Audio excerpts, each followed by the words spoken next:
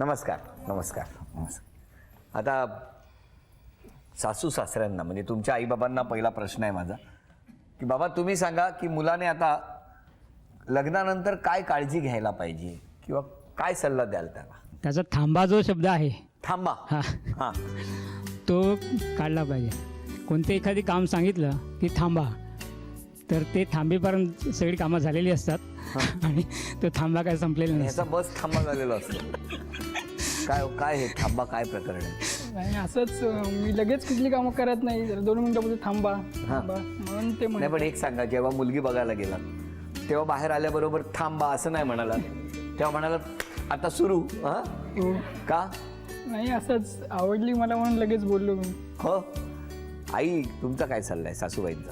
थोडा आळस कमी केला पाहिजे. थांबा, कार्यक्रम संपलं की मी बोलतो. हं? आई तुमच्यापासून सुरुवात. आता तुम्ही सांगा मुलींनी काय खबरदारी घ्यायला पाहिजे, कारण तुम्ही इतक्या लाडात तिला वाढवलेलं आहे. ती खूप कामसू आहे, काम वगैरे मनापासून करेल. पण तब्येत जर ठीक नसेल तर डॉक्टरकडे जा म्हटलं तर नाही जाणार लगेच. मग त्या मेडिकलमधून गोळ्या आणणार आणि खाणार. नंतर मग जास्त झाली तब्येत मग डॉक्टर जाणार. म्हणजे स्वतःची काळजी घ्यायला स्वतःची पाहिजे. काळजी घ्यायची. मी हट्ट करते या मग त्या- निमित्ताने हो. ताई तुम्हालाच नाही तर ज्या ज्या माऊली आता हा कार्यक्रम बघतायत त्या सगळ्या माऊलींना विनंती करीन की संपूर्ण घराच्या तुम्ही केंद्रबिंदू असता. त्यामुळे तुम्ही जर सुदृढ राहिलात तरच घर अख्खं सशक्त होणार आहे. तेव्हा त्या सगळ्या सुखात घराला सुख देत असताना स्वतःकडे दुर्लक्ष करू नका. आणि माऊली तीच विनंती जी माऊलीने केली, आईने केली, ती आमच्याकडनं तुला.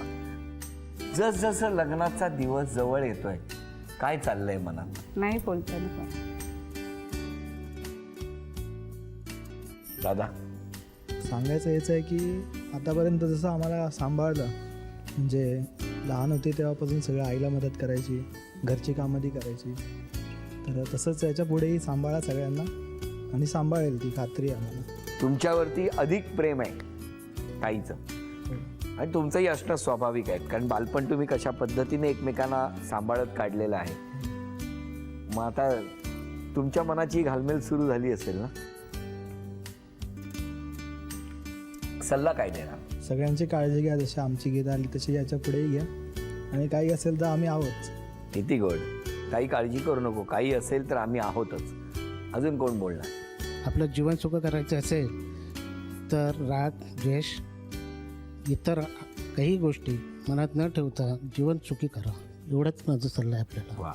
आता एक छोटासा खेळ आहे पण हा खऱ्या खोट्याचा. लग्नानंतर ताई स्वतःचा हट्टीपणा माहेरीत सोडून येईल. खरं खरं खोटं? म्हणजे जरासं घेऊन येईलच ती, एकदम नाही सोडून येणार ना पूर्ण. हट्टीपणा सगळा तिकडे ठेवून नाही येणार, थोडा घेऊन येईल. असं वाटतंय. काय वाटतं तुम्हाला? प्रयत्न करेन कसला? म्हणजे ठेवून यायचा. न ठेवायचा, ठेवून यायचा. ठेवून यायचा. पण काळजी करू नका, थोडासा तरी हट्टीपणा आणेलच काय. हा, सतत सॉरी बोलणं हा मिस्टरांचा छंद आहे. खरं की खोटं? खरं खरं खरं बोलतो मी असं जास्ती उगीच कुठे वाद नको व्हायला म्हणून मी लगेच सॉरी बोलतो की विषय तिथे स्टॉप. Very good. थांबा, हे जे काय आहे त्यांना सुखाचे 2 मार्ग कळलेले आहेत. एक म्हणजे सॉरी म्हटलं ना तर विषय तिथेच थांबतो. हा, किती वेळा बोलले आत्ताच्या आत्ता एवढ्यात लग्न खूप जमल्यापासून? खूप वेळा. सॉरी हो. का? काहीतरी बोलायचं पटकन आणि मग सॉरी बोलायचं. अच्छा, आधी बोलतात पण. बोलतात. थांबा, आता तो आणला ना नाग लग्नात येताना, मग कळेल तुम्हाला. मग ताईच म्हणेल सॉरी. कुठल्याही परिस्थितीत मिस्टर आईचीच बाजू घेतील. खोटं? तिघेही खोटं म्हणतायत म्हणजे काय? तुमचं काय म्हणणं आहे? दोघींचीही घेतील, जे बरोबर असेल त्याची घेतील. हो, तुम्ही काय करणार आहात? दोघांचीच घेईन. नाही पण तरी सुद्धा समजा 10 गोष्टी आहेत, त्याच्यातल्या वाटून घ्यायच्या असतील तर जास्त कोणाच्या घ्या? तरी सुद्धा मी नाही, मी दोघींचं पहिलं म्हणणं ऐकून घेईन पूर्ण आणि मग जे बरोबर असेल तेच बोलतो. आता झेंडा सुद्धा तसाच ठेवायचा. खरंही नको आणि खोटंही नको, त्यात पडायलाच नको. पण ठीक आहे, ज्यांची बाजू आहे त्यांची बाजू घ्या आणि हसत आनंदात संसार करा असं म्हणत झी मराठीकडून हा आहे तुम्हाला.